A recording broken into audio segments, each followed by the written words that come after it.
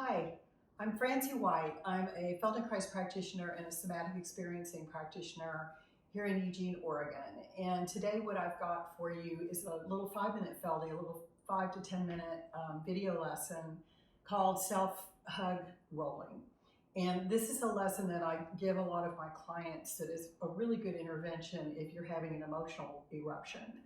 And as I tell my clients, when you're having an emotional eruption, just counting things in the room and looking for green and trying to get into your head is not going to help. What you have to do is to go inside and address the overwhelming feelings that are coming up and be with them and listen to them. And it can be very hard, but this is the way you start learning how to do that and to build your capacity for doing it.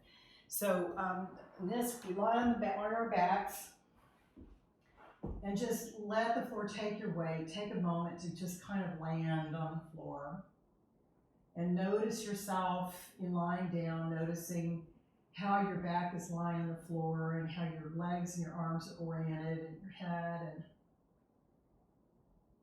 you can even do a little body scan first. I have a couple of videos doing that also.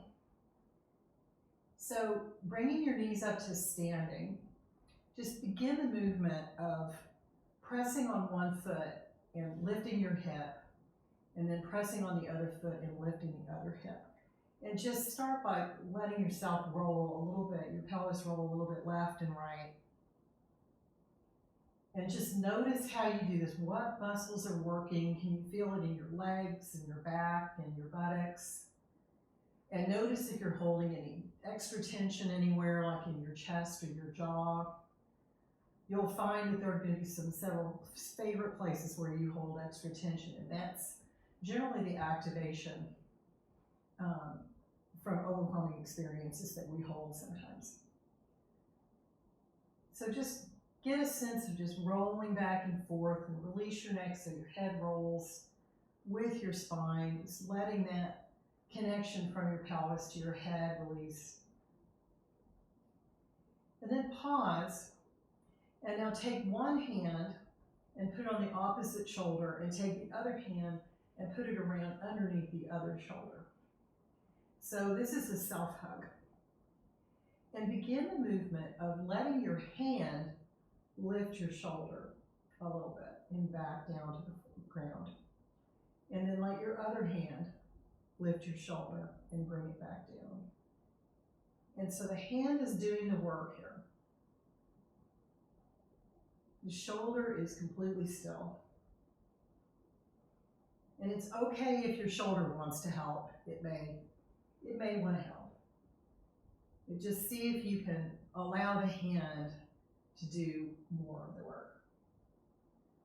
So then as you begin to do this, when you start letting go of the muscles in your back, the movement is going to start becoming easier. You can start pressing on your foot and allowing your pelvis to roll with it.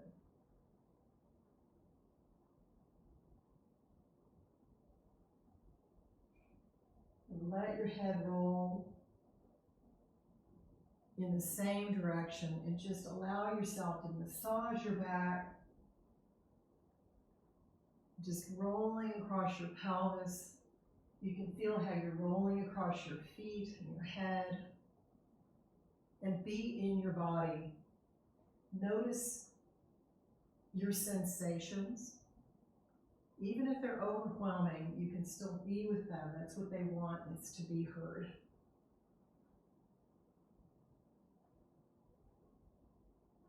And you can change this up a little bit by allowing your shoulders and your hips to go opposite each other.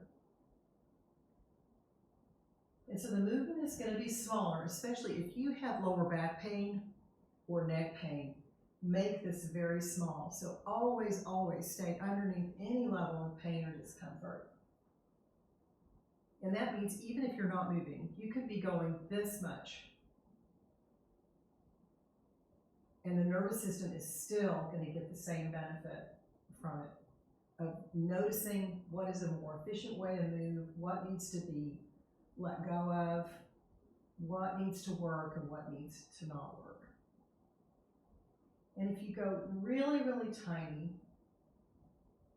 you can start to let the movement grow just a little bit organically, staying underneath any level of pain or discomfort, only staying within your level of comfort.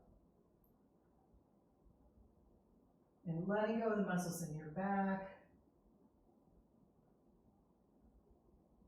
and just letting this movement become elegant.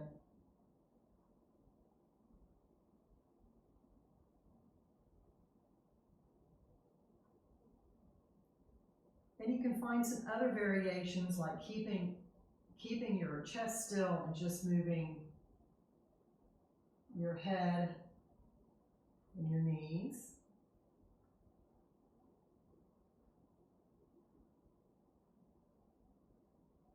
You can even move your head opposite your knees. And you can keep your knees still and just move your arms and your head.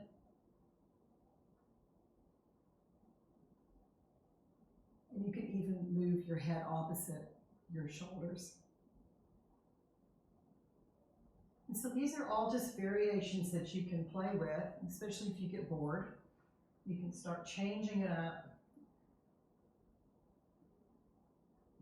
and then go back to the original movement and see if it's any easier. And it usually is, because muscle groups that don't need to be interfering with the movement have let go by now. And so that is self-hug rolling. I highly recommend it. If you have issues with emotional eruptions during the day, I would highly recommend doing this first thing in the morning or even before you go to bed at night. It's just a really good way to connect with yourself. And the self-hug, the nervous system really can't tell the difference if it's not someone else hugging you. So that's one of the things I just really love about this movement. So be sure to subscribe to my YouTube channel for more videos. And I also have a website, integratedselfeugene.com. So I hope you have a great day today. Be well.